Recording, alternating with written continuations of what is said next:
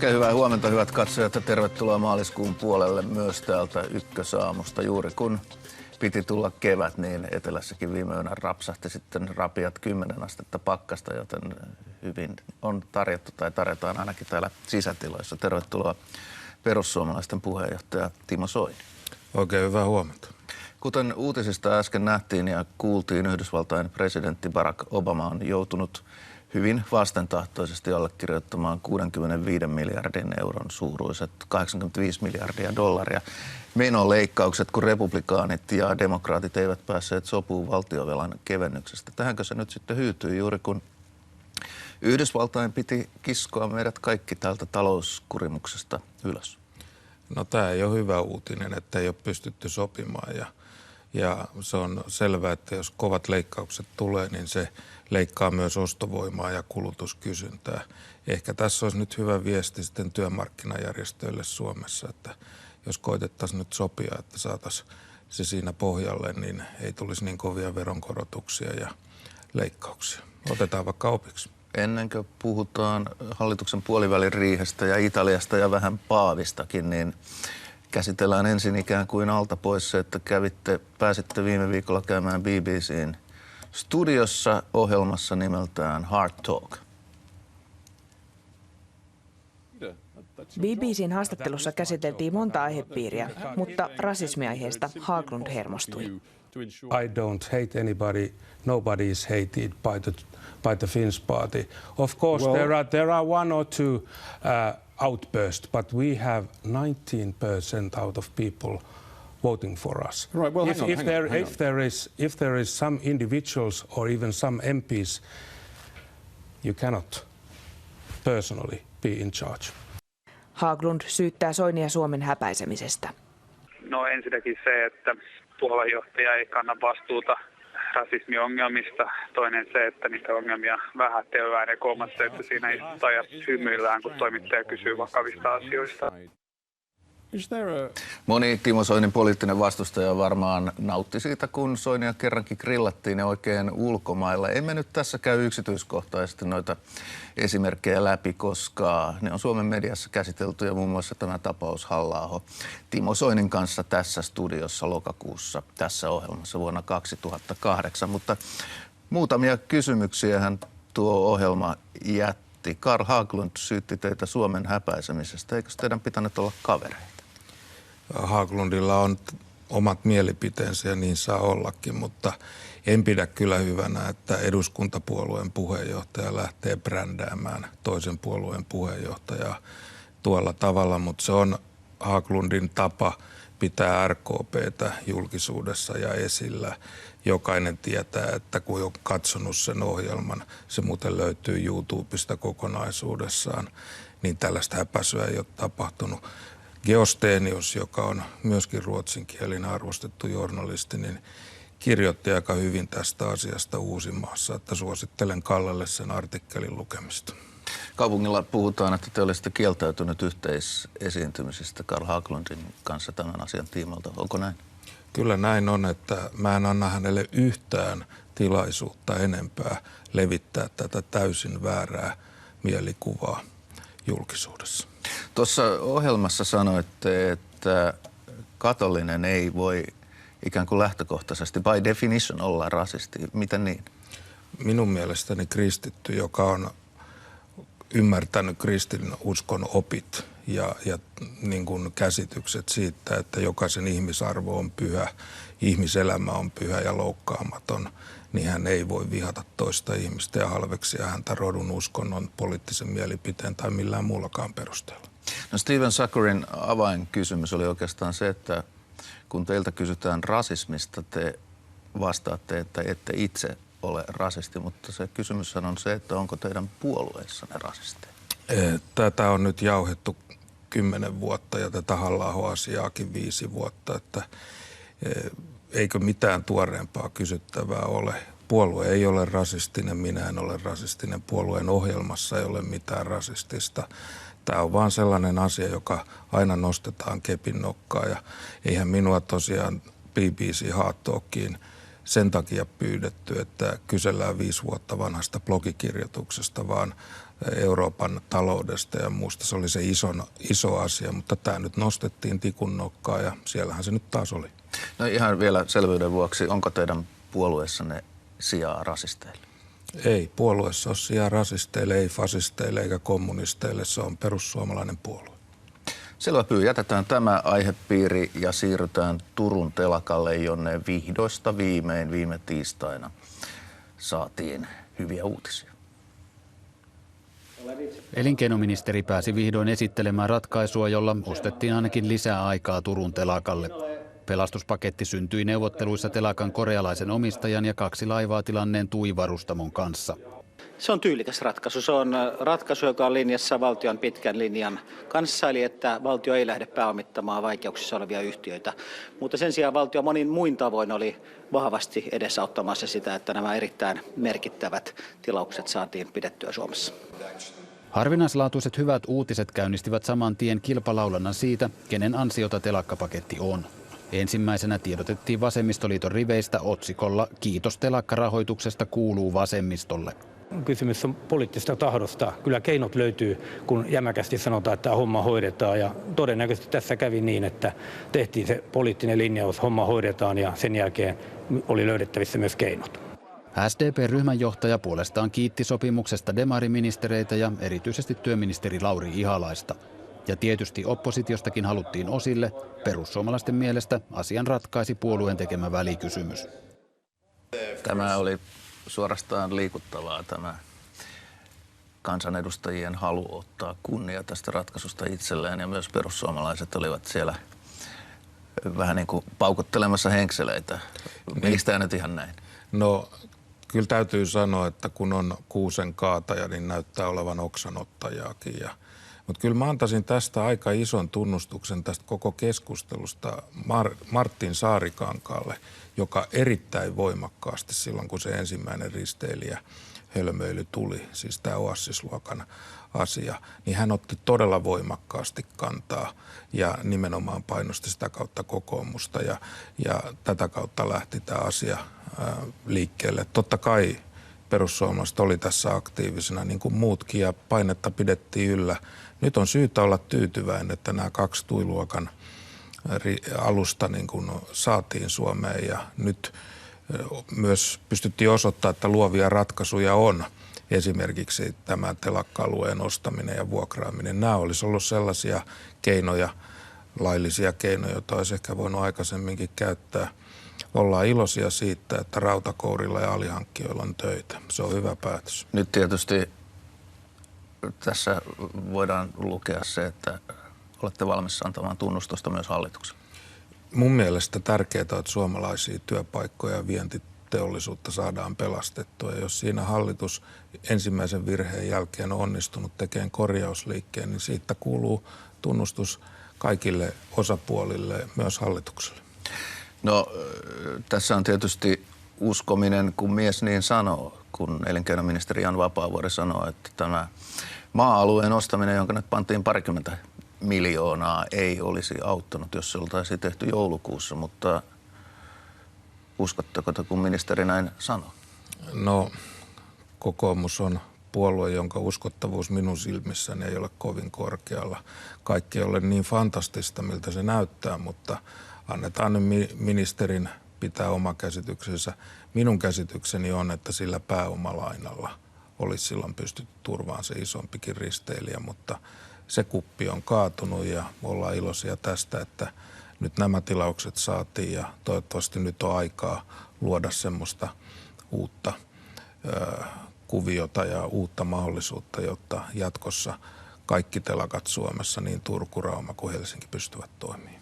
Te teitte tästä, tietysti teidän puolueenne teki tästä välikysymyksen ja sen tiimoilta käytiin jokunen viikko sitten eduskunnassa tästä asiasta keskustelua, joka kääntyi hiukan epätyypillisesti päälailleen, koska hallitus syytti ensinnäkin entistä elinkeinoministeri Mauri Pekkarista siitä, että tämä ei pannut valtion rahoja telakalle silloin, kun hän oli niin sanotusti puikoissa. Ja teitä taas sitten siitä, että te olitte valmiita, tai olisitte ollut päättävässä asemassa valmiit panemaan sen 50 miljoonaa korealaisten telakkakapitalistien taskuun. Miksi näin? Tämä on kokonaisuus, tämä asia, jos on kysymys miljardiluokan risteilijästä. Siinä on kysymys valtavasta määrästä työllisyyttä, alihankintaketjua, niin tämä koko satsaus siihen olisi tullut moninkertaisesti takaisin. On se kyllä tietysti aika erikoista, että kun oppositiopuolue ja oppositio, joka on demokratian perusedellytys, kysyy tärkeästä asiasta, suomalaisesta työstä, työpaikoista, teollisuudesta, niin sitten hallitus haukkuu kysyjän. Mutta tämä hallitus on aika epätoivoinen 6 puolueen konklaavi, joka ei todellakaan saa mitään aikaa.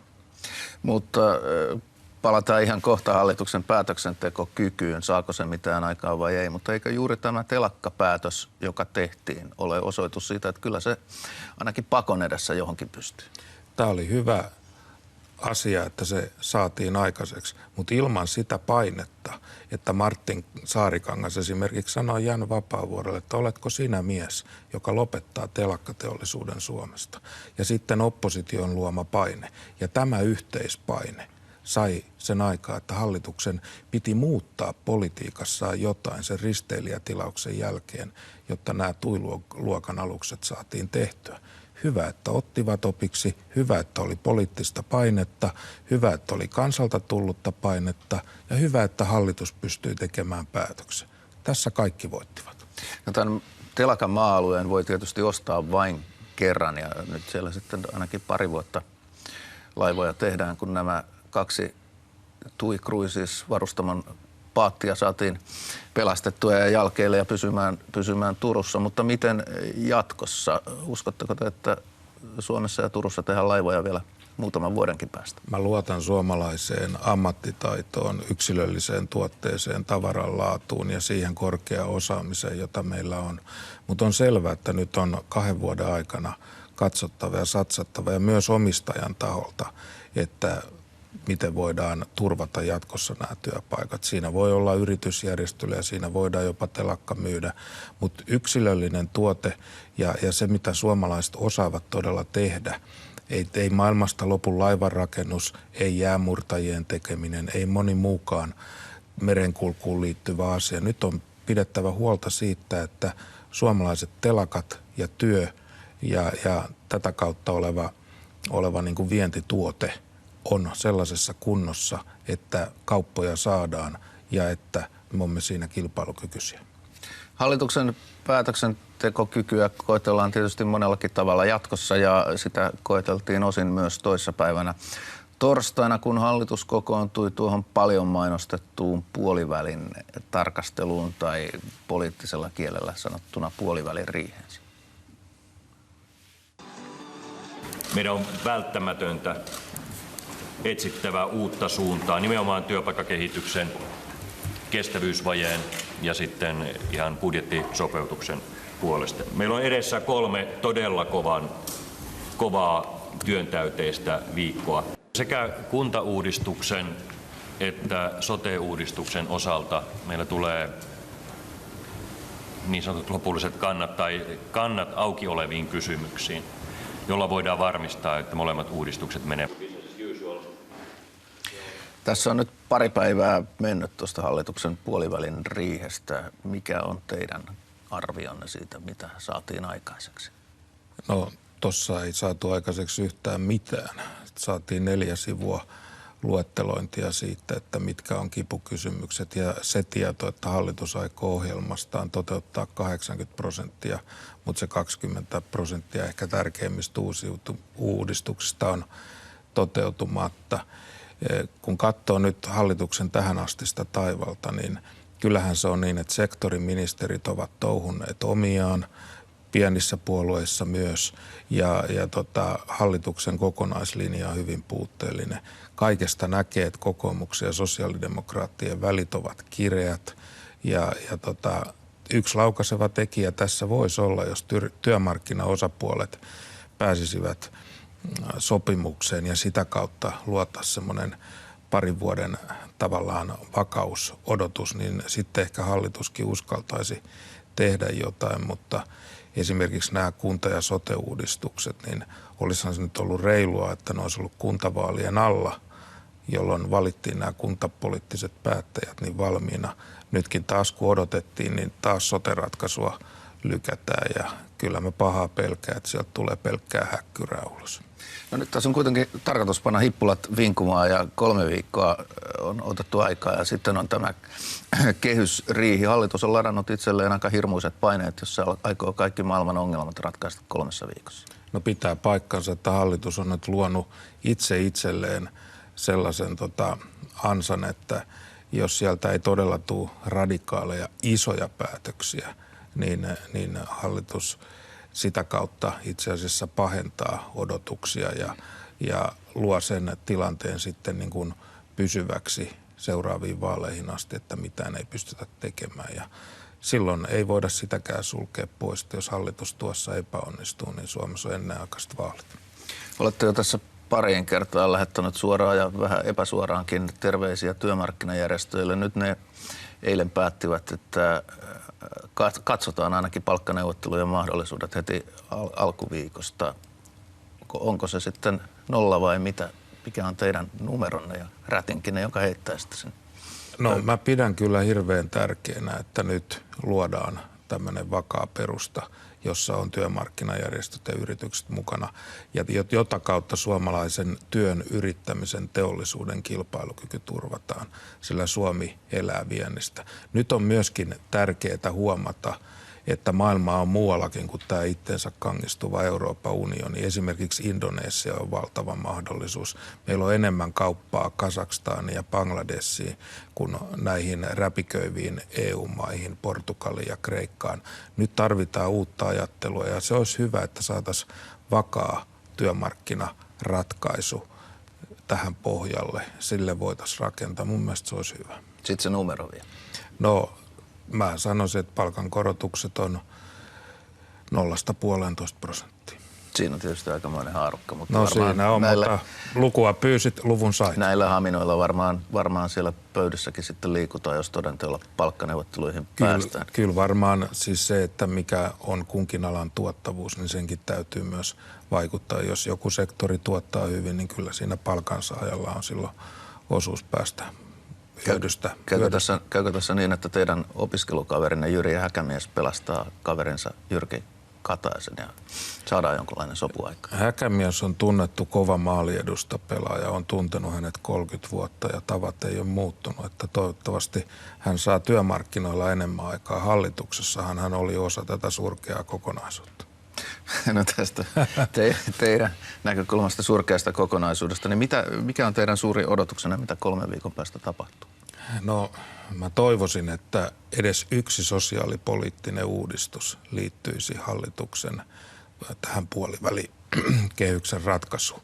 Ja se, mitä mä odotan, olisi omaishoito. Että omaishoito pistettäisiin kuntoon ja siirrettäisiin tasa-arvoisesti maksettavaksi Kelan kautta.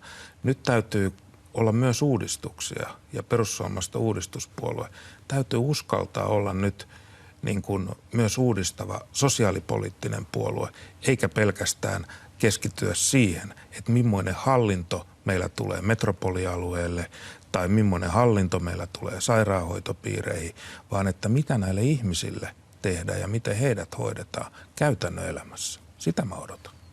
Tätä keskustelua on seurannut myöskin sosiaalidemokraattisen eduskuntaryhmän puheenjohtaja Jouni Backman. Oikein hyvää huomenta sinne Savonlinnaan. Huomenta päivää. Minkälainen pakkanen siellä? Pakkanen on 15 vielä, mutta aurinko lämmittää koko ajan ilmaa, että hyvä hiihtokeli ainakin kohta tulossa. Mitä te tuumitte oppositiojohtaja Timo Soinin mietteistä tämän toissapäiväisen puoliväliriihen ja tulossa olevan kehysriihen tiimoilta? Tuo Timo Soinia ja perussuomalaisia katsomusta huudellaan, mutta ei ole valmiita ottaa vastuuta ja tulee niihin pöytiin, jos ratkaisut tehdään. Miksi puoliväliriihessä ei tehty konkreettisempia ratkaisuja? Sitä kuitenkin puoli vuotta puhuttiin ja nyt ikään kuin otettiin 3 viikkoa lisäaikaa.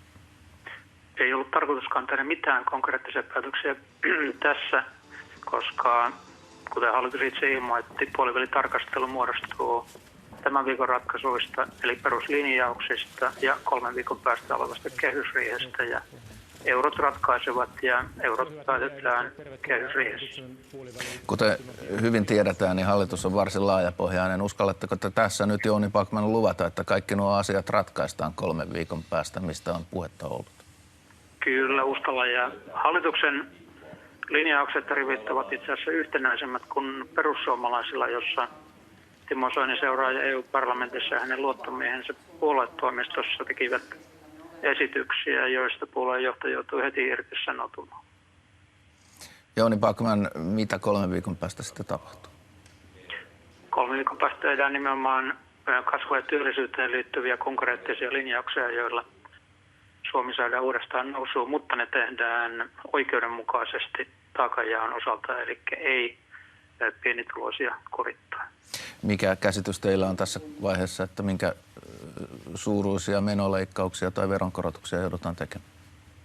Se riippuu paljon siitä, miten iso kasvutyöllisyyspanostus tehdään. Nyt pitää koko ajan muistaa, että pelkkä tasapainotusvaade on noin 0,5 miljardiin, mutta jos ja kun tehdään lisää verokevennyksiä tai menolisäyksiä, niin ne on myös katettava siellä tasapainotuspaketissa. Tässä on parinkin otteeseen viitattu tähän työmarkkinajärjestöjen uuteen yritykseen jo pikaisestikin selvittää tulevaa palkkakehitystä. Onko teillä luottoa tai uskoa siihen, että sieltä puolen tulee hallitukselle jotain apuja? Kyllä sitä apua tarvittaisiin, ei vain hallitukselle, vaan koko kansantaloudelle. Ja kyllä hallituksen puolta on ollut vakava vetoomus työmarkkinajärjestöjen suuntaan. Ja toivon, että erityisesti työnantajapuoli tässä voisi tulla nyt sen kuuluisa 1 askeleen vastaan. Ja 1 askel olisi varmaan vähän enemmän kuin 0 sitten. Kyllä. Kiitos Jouni Backman ja aurinkoista talvipäivää sinne Savonlinnaan. Kiitos. Niin Timo Soini, Backman viittasi siihen, että teidän selän takana hääritään jotain. Mitä siellä oikein puhutaan? Ei minun selän takana mitään häiritä. Puolue tekee selvityksiä, etsii monia tahoja, että päästään niin kuin tästä vaikeasta tilanteesta eteenpäin. Eilen esimerkiksi puolueen ajatuspaja julkisti Pellervon taloudellisen tutkimuslaitoksen tutkimuksen siitä, että millä keinoilla tästä eurokriisistä ja voitaisiin päästä eroon, mihinkä suuntaan Euroopan unionin menossa, mitä muita vaihtoehtoja on kuin euro. On erittäin hyvä, että puolueessa käydään keskustelua ja sitä kansanvaltaisessa oppositiopuolueessa todella vapaasti käydään. Puhutaan siitä teidän ajatuspajanne tutkimuksesta kohta lisää, mutta vielä pari sanaa perussuomalaisten tulevasta puoluekokouksesta. Ei ainakaan haastajaa ei näy eikä kuulu. Niin, tässä oli semmoiset Soinin kaatokuukaudet menossa, että oli kauhea parku ja poru, että onko se lähdössä, kuinka se voi, onko se terve, mitä sille kuuluu. Ja sitten pitäisi olla haastaja haastamisen ilosta. No haastaja ei ole ilmaantunut. Jos ilmaantuu, niin äänestään rätkäytetään. Ja mä oon ollut 16 vuotta kohta puolueen puheenjohtajana ja kun mä aloitin tämän homman, niin kannatus oli 1%. Nyt se on ollut 19% eduskuntavaaleissa, niin ei se nyt kovin huono tulos ole puolueen johtamisesta. Mutta totta kai kaikki on väliaikaista, niin myös Soinin puheenjohtajuus. Mutta kesän puoluekokouksesta odotan kyllä melko värikästä tapausta ja tapaamista. Ja niin siellä päät ryskää, kun varapuheenjohtajan paikoista ja puoluesihteerin pallista tapellaan. Niin kyllä, mä uskoisin, että kaikista näistä vaali tulee. Onko hyviä ehdokkaita mielessä? On erittäin paljon, mutta minä en puhu omista käsityksistäni enkä omista mielipiteistäni, että se jää perussuomalaisen kentän päätettäväksi aivan vapaasti.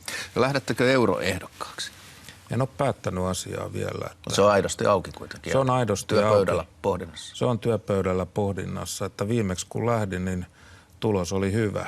Saimme eurooppalaiset yhteydet, saimme loistavan vaalituloksen ja nyt täytyy katsoa sitten puolueen kannalta ja myöskin omalta kannalta tämä asia. Ei tuo ole helppo päätös, ehkä kuitenkin helpompi kuin viimeksi. Kysytään tähän väliin tämän viikon yleisökysymykset. Mikä on kantanne tasa-arvoiseen eli sukupuolineutraaliin avioliittolakiin, joka on nyt tässä eduskunnassa pyörinyt? Se on kielteinen. Minun mielestäni avioliitto on miehen ja naisen välinen liitto.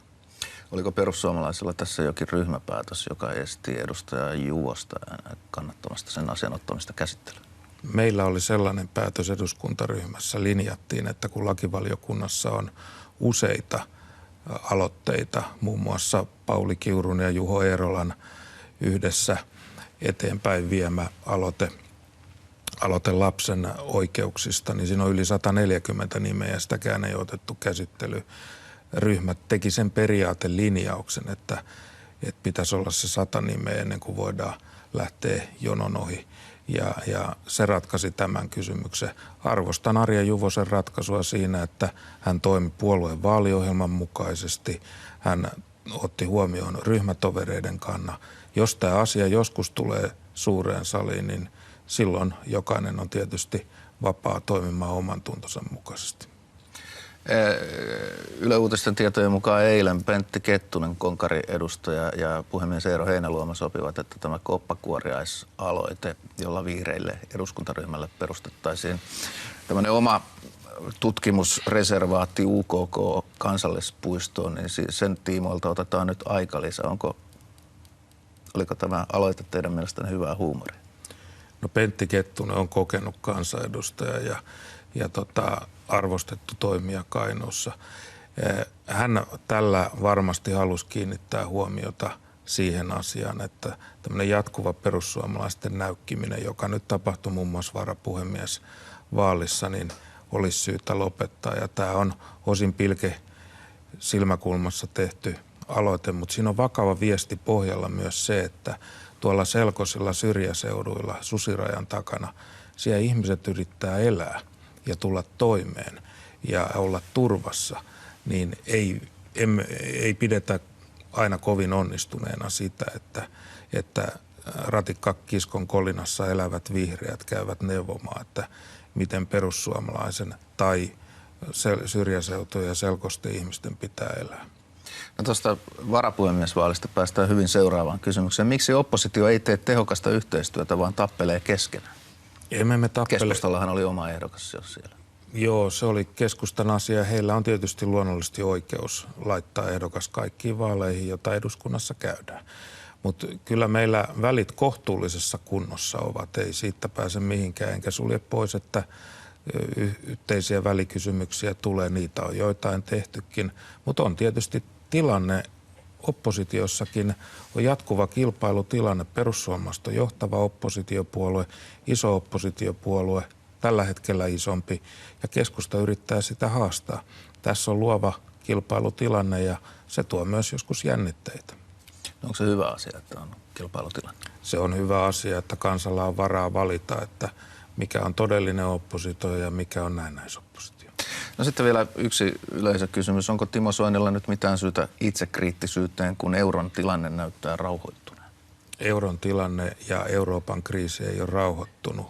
Se on väliaikaisesti näillä massiivisilla rahasatsauksilla Euroopan vakausmekanismiin, Euroopan keskuspankin kautta. Siellä on välirauha menossa, mutta edelleen Kreikan tilanne on täysin kestämätön. 10 miljoonaa ihmistä ja velkaa 330 miljardia. Kyproksen tukipaketti on ovella, jossa pelastetaan paitsi pankkeja, niin myös venäläisiä rahanpesijöitä. Ja tähän Suomen ei missään nimessä pidä mennä mukaan. Työttömyys Kreikassa ja Espanjassa on aivan kauheita. Nuorisotyöttömyys 5-60%. Kriisi ei ikävä kyllä ole ohi, eikä se ohi menekään ennen kuin nämä rakenteet, jotka tätä kriisiä jatkuvasti tuottavat, niin oikaistaan. Olen tästä kirjoittanut jo vuosia sitten Wall Street Journaliin, The Timesiin, viimeksi tuolla BBC Hard Talkissakin tästä keskustelua, että läntinen suunnitelmatalous nimeltä Euroopan unioni ei toimi ja on palautettava tämä freedom to fail, oikeus epäonnistua periaate, jossa todella ne, jotka munivat, niin ne maksavat. Nyt näillä monimutkaisilla järjestelyillä kaikki tämä rahan lappaminen niin siirretään eurooppalaisten veronmaksajien myös suomalaisten maksettamiksi. Ja tämä minun mielestä luo moraalisen hazardin, sellaisen tilanteen, joka on moraalisesti epäoikeudenmukainen, eikä siinä pidä minun mielestäni suomalaisten olla mukana. No nyt yksi osoitus tästä Euroopan juntturaisesta tilanteesta saatiin tietysti viime viikonloppuna, kun Italiassa äänestettiin vaaleissa ja tämmöinen oli tulos. Italian äänestäjät yllättivät jälleen. Jo menneisyyden mieheksi arveltu kolminkertainen pääministeri Silvio Berlusconi ponnahti takaisin parrasvaloihin. Hänen liittoumansa äänisaalis on noin 29% ja täpärä toinen sija. Vaalien ykköseksi nousi keskusta-vasemmisto johtajanaan Pierluigi Bersani. Kannatusta sille 30%. Ja vaalien superyllättäjä on Beppe Grillon 5 tähden liike. Koomikko, joka kieltäytyi vaaliväittelyistä, sai peräti 25% äänistä. Grillon lausunto ei ainakaan helpota hallitusneuvotteluja. Non riesco neanche a concepire, ma siamo di fronte a bisogna che li analizzi psichiatricamente. Vähän vaikea tietysti sanoa, mitä tästä Italian kansan touhusta pitäisi ajatella, jos koomikko, joka ei halua hallitukseen, saa 4. äänestä ja on itse sitä mieltä, että psykiatrin apua tarvitaan, että maahan saataisiin hallitus. Tässä nyt näyttäytyy tämä Euroopan unionin täysin epäonnistunut politiikka, että se mikä tuosta klipistä puuttui, niin oli Euroopan unionin Italiaan istuttama johtaja Mario Monti, joka sai 10%. Niin, siinä näkee, että millaista suosiota tämä Euroopan unionin ylhäältä tuleva sanelu tuottaa. Sehän miten Berlusconi, joka on muuten kokoomuksen veljespuolueen edustaja, että jos olisi perussuomalaisten, niin varmaan Soinia vietäisi siitäkin, kun mätää kukkoa. Eikö tämä Grilla sopisi teille sitä kaveriksi? No, en tunne tapausta, että ei, minä en ole koomikko, minä olen poliitikko. Mutta Berlusconihan joutui pois vallasta ikään kuin Euroopan unionin painostamana ja sinne istutettiin teknokraatti Mario Monti tilalle. Niin tässä nyt nähdään vaan se demokratian orastava kriisi. Eli kun kansaa ei kuunnella, vaan sille tavallaan ylhäältä päin tuodaan näitä asioita, niin sitten vaalitulos on tämä. Tilanne Italian kannalta on kyllä hankala, mutta on syytä miettiä, että mitä tämän takana on. Siis tämä vaalituloshan on vain seurausta tapahtuneista asioista, eikä tämä tarina alas siitä, se alkaa huomattavasti kauempaa. Myös Italia on pahasti velkaantunut, se julkinen velka on todella iso. Se on jakautunut maa etelään ja pohjoiseen. Pohjoinen voi varsin hyvin, etelä huonosti. Ja tässä on kyllä aika vakava merkki. Ja se, mitä tästä pitäisi nyt lukea eteenpäin, niin on, että eurovaaleissa esimerkiksi Ranskassa tulee olemaan radikaalisti aivan toinen vaalitulos kuin viime kerralla. Mutta tämä Euroopan eliitti elää täysin pussipäässä ja osa mediaakin. Kun katsoo Suomenkin pääkirjoituksia, niin suurin piirtein vaalien alla ajateltiin, että Mario Montilla on jotain mahdollisuuksia. Jos vähänkään tuntee Euroopan unionin tilannetta ja viitsii sitä katsoa reaaliselta pohjalta, niin tiesi, että ei se ole mahdollista. No puhutaan vielä pari sanaa tästä teidän teettämästänne selvityksestä, siis Pellervon taloudellisella tutkimuslaitoksella. Siinä hahmoteltiin kuitenkin jonkinlaisia mahdollisuuksia erota eurosta. Onko se ihan totta, että te haluaisitte sitä ulos? Tilanne on nyt menossa siihen suuntaan, että näistä asioista on keskusteltava avoimesti.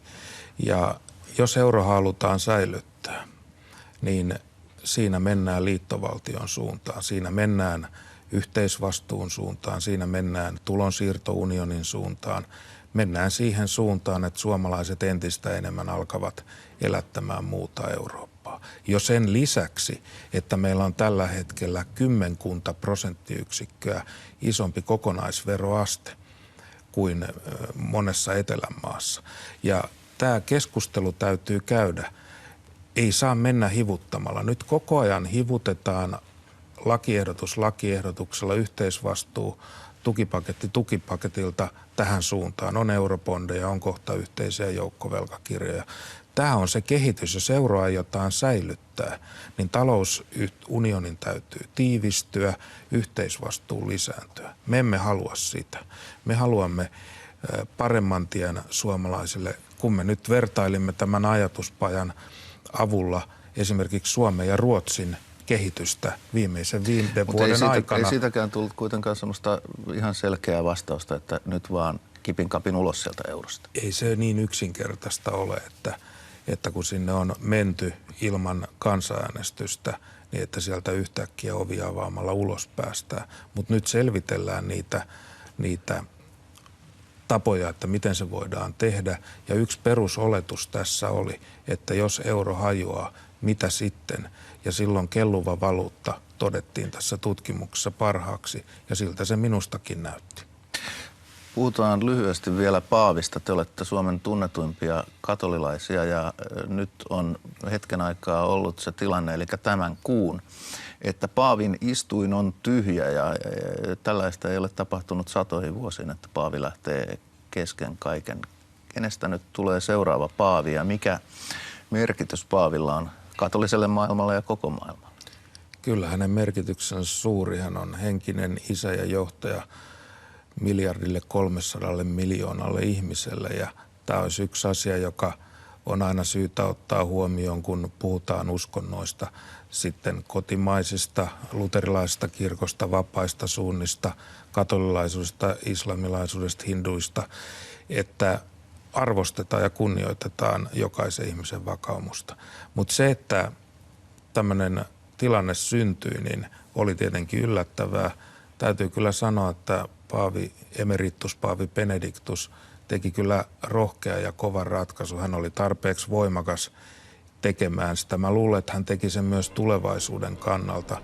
Jos 85-vuotias ihminen joutuu niin kuin olemaan 24/7 töissä ja voimat loppuu, niin hän uskalsi sanoa, että minun kohdaltani tämä on nyt tässä, seuraava jatkaa ja se oli minun mielestäni arvostettava ja rohkea päätös, mutta ei tässä kovin kauaa mene, kun valkoinen sauhu hormista nousee ja sanoo, että hapeas paappa, meillä on paavi.